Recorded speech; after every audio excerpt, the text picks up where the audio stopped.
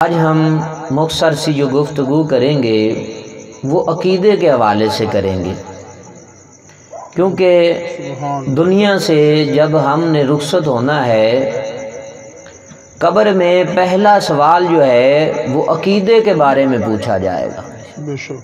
جب بندہ فوت ہوتا ہے، ترمذی شریف کی حدیث ہے کہ سب سے پہلے جو ہے اس سے قبر میں عقیدے کے بارے میں پوچھا جائے گا کہ میرے بندے بتا تیرا عقیدہ کیا تھا۔ سب سے پہلا سوال جو قبر کے اندر ہوگا وہ یہ پوچھا جائے گا کہ مر ربو کا، تیرا رب کون ہے؟ کیا پوچھا جائے گا؟ تو بندہ دنیا میں 50 سال یا 60 سال گزارنے کے بعد قبر میں اس سوال کا جواب بھی نہ دے سکے تو پھر اس کا ٹھکانہ جہنم ہے۔ تو یہاں درس و تدریس کی مجالس میں، محافل میں ہمیں یہ باتیں یاد کرنی چاہیے کہ قبر کے اندر اس طرح کا ہم سے سوال ہوگا۔ تو قبر میں سب سے پہلا جو سوال کیا جائے گا کہ مر ربو کا، تیرا رب کون ہے؟ تو اب جس بندے کا یہ عقیدہ ہوگا کہ میرا رب تو اللہ ہے، میرا رب کیا ہے؟ ربی اللہ، میرا رب جو ہے وہ اللہ ہے، جس کا عقیدہ یہ ہوگا تو وہ قبر کے اندر بھی فرشتوں کو اسی سوال کا یہی جواب دے گا کہ میرا رب اللہ ہے۔ ٹھیک ہے؟ جس نے درختوں کی پرستش کی ہوگی، سورج کو اپنا معبود سمجھا ہوگا، چاند ستاروں کو اپنا معبود سمجھا ہوگا، کائنات عالم میں رہنے والی دیگر چیزوں میں سے کسی کو اپنا معبود سمجھا ہوگا، تو قبر کے اندر جب فرشتے اس سے یہ سوال کریں گے کہ تیرا رب کون ہے، تو وہ اس کا جواب نہیں دے سکے گا۔ تو جو بندہ پہلے اور لازمی سوال کو حل نہ کرے وہ امتحان میں فیل ہو جاتا ہے۔ پیپر کے اوپر پہلا ایک لازمی سوال دیا جاتا ہے کہ اس کو ہر حال میں آپ نے حل کرنا ہے، وہ اس کی ساری تعلیم کا نچوڑ ہوتا ہے۔ تو انسان کی زندگی کا جو نچوڑ ہے وہ سب سے پہلا سوال ہے جو بندے سے پوچھا جائے گا کہ مر ربو کا، تیرا رب کون ہے؟ اب جس کا عقیدہ ہوگا، جو جانتا ہوگا کہ میرا رب تو اللہ ہے، میرا خالق تو اللہ ہے، میرا رازق تو اللہ ہے، مجھ پہ کرم فرمانے والا تو اللہ ہے، یہ ساری باتوں کا جسے علم ہوگا وہ کہے گا ربی اللہ، میرا رب کون ہے؟ اللہ ہے۔ دوسرا عقیدہ حضور علیہ السلام کی ذات اقدس کے بارے میں۔ حضور امام الانبیاء ہیں۔ کیا ہیں؟ توجہ میری طرف ہونی چاہیے۔ ہاں جی، حضور کیا ہیں؟ امام الانبیاء ہیں، حضور سید الانبیاء ہیں، حضور نور مجسم شفیع معظم صلی اللہ علیہ وآلہ وسلم کی ذات اقدس کے بارے میں بندے کو کیا عقیدہ رکھنا چاہیے؟ حضور اللہ کے نبی بھی ہیں۔ کیا ہیں؟ اللہ کے رسول بھی ہیں، حضور نور بھی ہیں، حضور بشر بھی ہیں۔ کیا ہیں؟ اللہ کے نبی ہیں، اللہ کے رسول ہیں، حضور نور بھی ہیں، حضور بشر بھی ہیں، حضور عالم الغیب بھی ہیں۔ کیا ہیں؟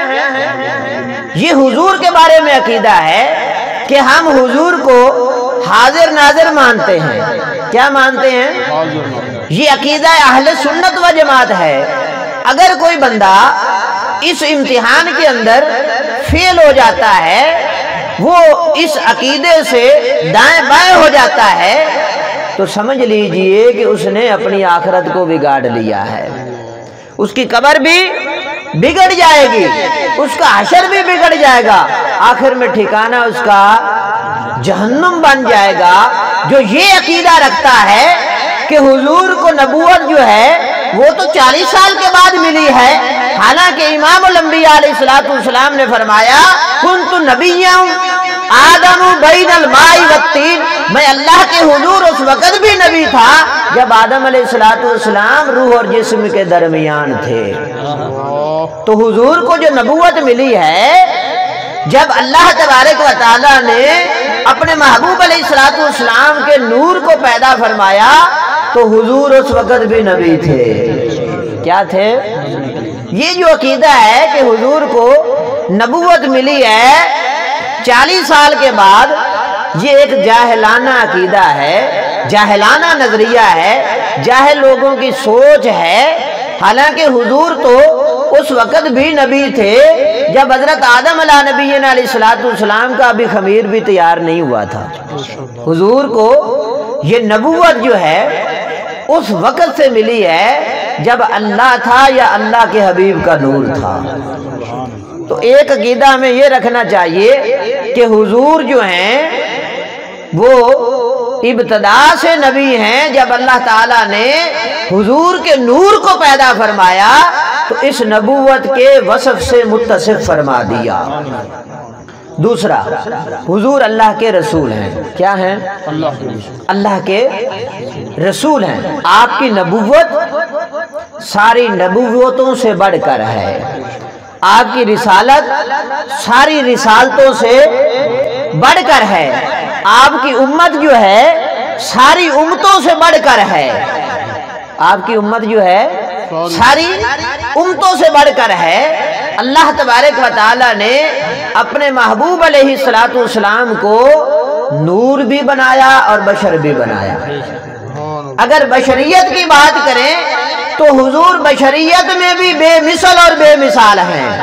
اگر حضور کی نورانیت کی بات کریں تو حضور نورانیت میں بھی بے مثل اور بے مثال ہیں۔ بشریت میں بھی حضور افضل اور اعلیٰ ہیں، نورانیت میں بھی حضور افضل اور اعلیٰ ہیں۔ یہی عقیدہ اہل سنت و جماعت ہے۔ اور جو کہے کہ حضور صرف بشر ہیں نور نہیں ہے، جو کہے کہ حضور صرف نور ہیں بشر نہیں ہے، یہ دونوں اپنے عقیدے کے اعتبار سے درست نہیں ہے۔ درست عقیدہ یہی ہے کہ حضور ذو جہتین ہے۔ اللہ تبارک و تعالی نے حضور کو نور بھی بنایا اور بشر بھی بنایا۔ یہ عقیدہ ہے اہل سنت و جماعت۔ اور حضور کو اللہ تبارک و تعالی نے عالم الغیب بنایا۔ کیا بنایا؟ عالم الغیب فلا یظہر علی غیبہ احدا الا من ارتضی من رسول۔ اللہ تعالیٰ اپنے رسولوں میں سے چن لیتا ہے جس کو غیب کا علم عطا فرماتا ہے۔ کیا عطا فرماتا ہے؟ یعنی اللہ کی ذات کے بعد اللہ بھی عالم الغیب ہے، حضور بھی عالم الغیب ہیں۔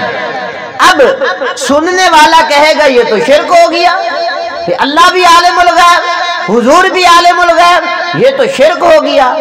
جس نے حقیقت اور مجاز کی بحث نہ پڑھی ہو وہ یہ اعتراض کر سکتا ہے، جس نے حقیقت اور مجاز کی بحث کو پڑھا ہوا ہو تو وہ یہی کہے گا اللہ حقیقت کے اعتبار سے عالم الغیب ہے، حضور اللہ رب العزت کی عطا سے عالم الغیب ہے۔ اللہ تبارک و تعالیٰ نے اپنے محبوب سے کوئی بھی چیز جو ہے پوشیدہ نہیں رکھی۔ حضور فرماتے ہیں، بخاری شریف کی حدیث ہے، اوتیتو بمفاتیح خزائن الارض، زمین کے جتنے بھی خزانے ہیں رب نے مجھے عطا فرما دیے۔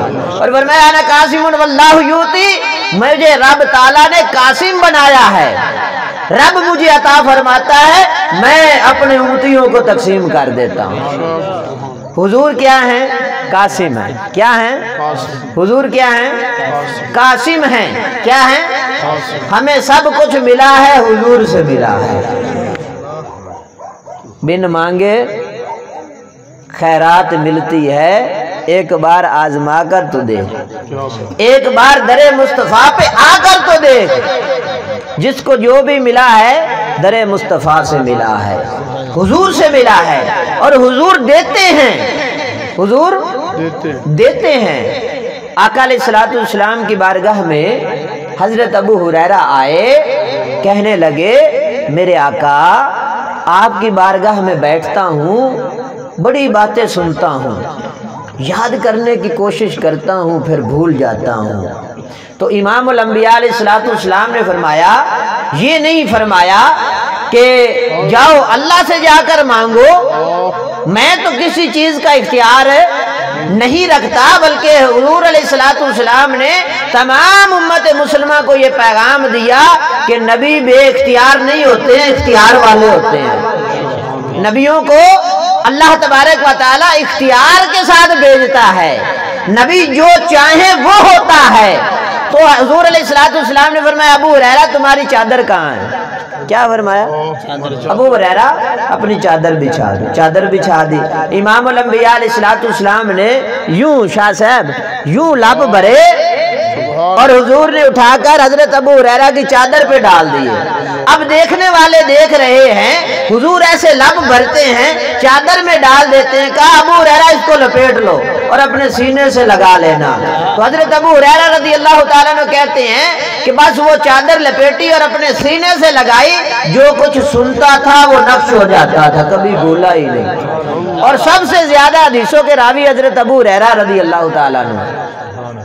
یہ ہے حضور کی عطا، اور حضور کو اللہ تعالیٰ نے ہر چیز کا اختیار دیا ہے، جس سے جو چاہیں حضور جس کو عطا فرما دے۔ حضور قاسم ہے اور اللہ تعالیٰ نے حضور کو اختیار دیا ہے۔ ایک بار حضور نے ایک صاحب سے گھوڑا خریدا، اور گھوڑا خریدنے کے بعد وہ اپنے فیصلے سے مکر گیا اور حضور سے کہنے لگا کہ آپ اپنا گواہ پیش کریں۔ اور جس وقت یہ تجارت ہو رہی تھی، خرید و فروخت، تو اس وقت وہاں حضور تھے یا وہ صاحب تھا؟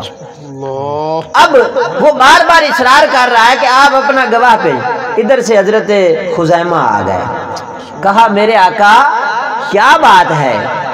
تو بات کو جب سنا تو کہنے لگے میں گواہی دیتا ہوں کہ حضور نے تم سے گھوڑا خریدا ہے۔ تو امام الانبیاء علیہ الصلوۃ والسلام نے فرمایا خزیمہ جس وقت میں اس کے ساتھ خرید و فروخت کر رہا تھا تم تو موجود نہیں تھے، تم کیسے گواہی دے سکتے ہو؟ عرض کی میرے آقا آسمانوں پہ ہم نہیں گئے، تحت ثری تک ہم نے نہیں دیکھا، شرق میں ہم نہیں گئے، غرب میں ہم نہیں گئے، شمال میں ہم نہیں گئے، جنوب میں ہم نہیں گئے، پوری کائنات کی خبریں آپ دیتے ہیں، ہم یقین کرتے ہیں۔ تو میرے آقا یہ بات آپ فرما رہے ہیں کہ میں نے گھوڑا خریدا ہے، میں خزیمہ یہ گواہی دیتا ہوں کہ آپ نے یہ گھوڑا خریدا ہے۔ اور لجپال کریم آقا علیہ الصلوۃ والسلام نے ان کی گواہی کو قبول بھی فرمایا اور فرمایا یہ خزیمہ وہ ہیں۔ اب قرآن کہتا ہے وَأَشْهِدُوا ذَوَيْ عَدْلٍ مِّنْكُمْ، جب بھی تمہارا کوئی معاملہ ہو جائے تو دو گواہ عادل پیش کرو۔ کیا کرو؟ دو عادل گواہ پیش کرو۔